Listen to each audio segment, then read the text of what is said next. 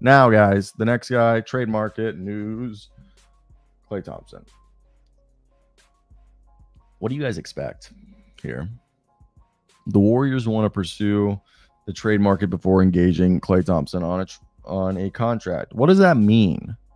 Does that mean we're going to sit down, we're going to talk contracts? What are we doing here? So the report from Anthony Slater of The Athletic is the Golden State Warriors and Klay Thompson have essentially frozen their talks on a new contract with the opening of free agency just a few days away. There's no deal currently on the table from the Warriors and no productive discussions at this point. So, what does that mean? The Warriors would like to re-sign Thompson if the contract and role match their vision, according to sources that told The Athletic. Golden State, however, views his situation as being one that can work on his situation as being one they can work on once they explore other potential ways of addressing the rosters. The lack of urgency on the part of the Warriors could reflect the way they view Thompson's market. The Warriors are seeking ways of making a larger update by trading Chris Paul's non-guaranteed $30 million contract. Golden State has discussed the possibility of extending his guarantee date back from June 28th into July, despite initial mutual interest. There's no traction between Thompson and the Orlando Magic, and the rest of the Thompson's market is unclear at this point. Even if the Warriors were to match or exceed the money in years Thompson's offered from another team, sources say he could choose to leave regardless for a fresh start somewhere else, which I guess makes sense at that point. But okay, I just feel like that's just somewhat of a lateral move. Now, is there a market? Any fans of you guys want to pay him like 20-25 million? And I think the problem is when he fits a lot of teams because he complements people, but I just don't see a team swinging their assets or two for him. And that's where this becomes complicated to figure out where or how you would be able to do a deal for Klay Thompson without giving up. I just don't see a team paying Klay Thompson while also, because how much is he going for? I don't see him going more than $20 million a year. And if the Golden State Warriors and Chris Paul are discussing extending his guarantee date from back June 28th into July, like Anthony Slater mentioned, the Warriors then could continue to keep the trade options available to them as the offseason business plays out. If Paul becomes a free agent, he'll surely sign for a number less than $30 million, and this increases the possibility that his contract becoming guaranteed. Paul could be incentivized by the Warriors if they make part of the contract guaranteed and later eventually waive him. Paul has maintained his bird rights throughout his career, opting into contracts in 2017 to orchestrate a trade from the Los Angeles Clippers to the Rockets. While under contract with the Rockets, he was traded to the Thunder and then again to the Suns. The Golden State believe they have serious enough interest in exploring the trade market, whether they are choosing to engage on Klay Thompson trades or not. So for that to happen, I just I look at this and I'm just, what are we thinking? What are we thinking? If you're the Nets, do you want Chris Paul to join Mikal Bridges and you send him like Dorian Finney-Smith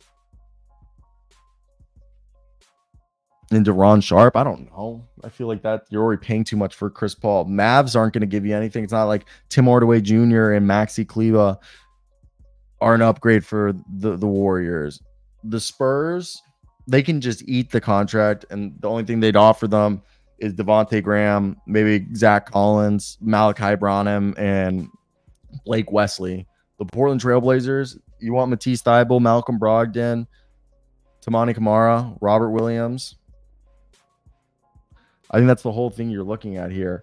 If you're the Warriors, if you're exploring the trade market with Chris Paul, and then Klay Thompson, what are you paying him? What are you paying Klay Thompson? I just don't think realistically. I don't see that this is another deal. Like now, first off, you have to do Boyan. So it would be Boyan, Deuce, Sims, a first and 1 second round pick. I don't know. I agree. Look, I think it's in both parties' best interest just to move on. And here we go. We'll go to fans. I think let's do a sign and trade. I think it's in everybody's best interest to do a sign and trade. He leaves, but he says, hey guys, I'm not going to leave you out in the wind. All right. He goes, look, I won't leave you guys hanging dry, and we'll just go ahead and we'll do a sign and trade to. I feel like the Orlando is like the best fit. And let's say Orlando goes, look, we don't want to pay you to like the excessive contract you want, but let's count out how much money they're trying to dish. So Joe Ingles, I think, is somebody that they would want to get rid of. Who else would they want to get rid of contractually off this team? Do you think they want to keep Caleb Houston? Let's just say Caleb Houston gets thrown in there because of money reasons. Outside of that, do you think having Wendell Carter in that deal would be realistic or no? I think they want to keep Jonathan Isaac. Right now, they're only sending $13 million. If you throw in Wendell Carter, it brings that to 24.9. So 24.9. And then, yeah, I think that's realistically a modified contract, standard contract, 2-year deal, and we'll go 24.9. I guess you got to do. There you go. 2 years, 24.9. Sign and trade for Klay Thompson. And what if do the Warriors throw in? I think they go lottery protected. Nah. Yeah, do you go lottery protect? Yeah, lottery protected pick in this deal. Is this too much? Oh, it must be. Oh, so it has to be a 3 or a 4 year. Okay. We'll do a team option, modified contract. So it's got to be a 3-year deal. Now, can we make it that the 3rd year is? I want to make it that the 3rd year is non-guaranteed. Okay. So just understand that the 3rd year is a non-guaranteed team option. First 2 years fully guaranteed. What do you guys think about this? Warriors walk away with Wendell Carter, Joe Ingles, and Caleb Houston. Klay Thompson goes on a 2+1, which means 24 and 25, he makes fully guaranteed 24.9, 24.9. Then in 2026 right here, it's a non-guaranteed team option. So they basically could decline it and send him there. But I think that's not a bad deal. Like, there's definitely worse things they could do. What do you guys think?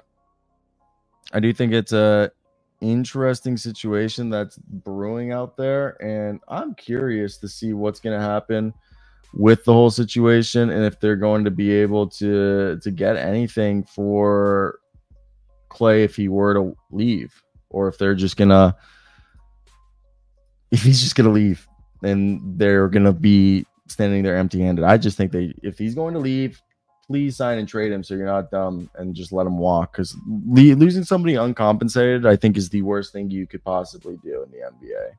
The NBA, it's so easy to get compensation that, like, I've always thought it's almost criminal to not take advantage of, being able to trade a contract.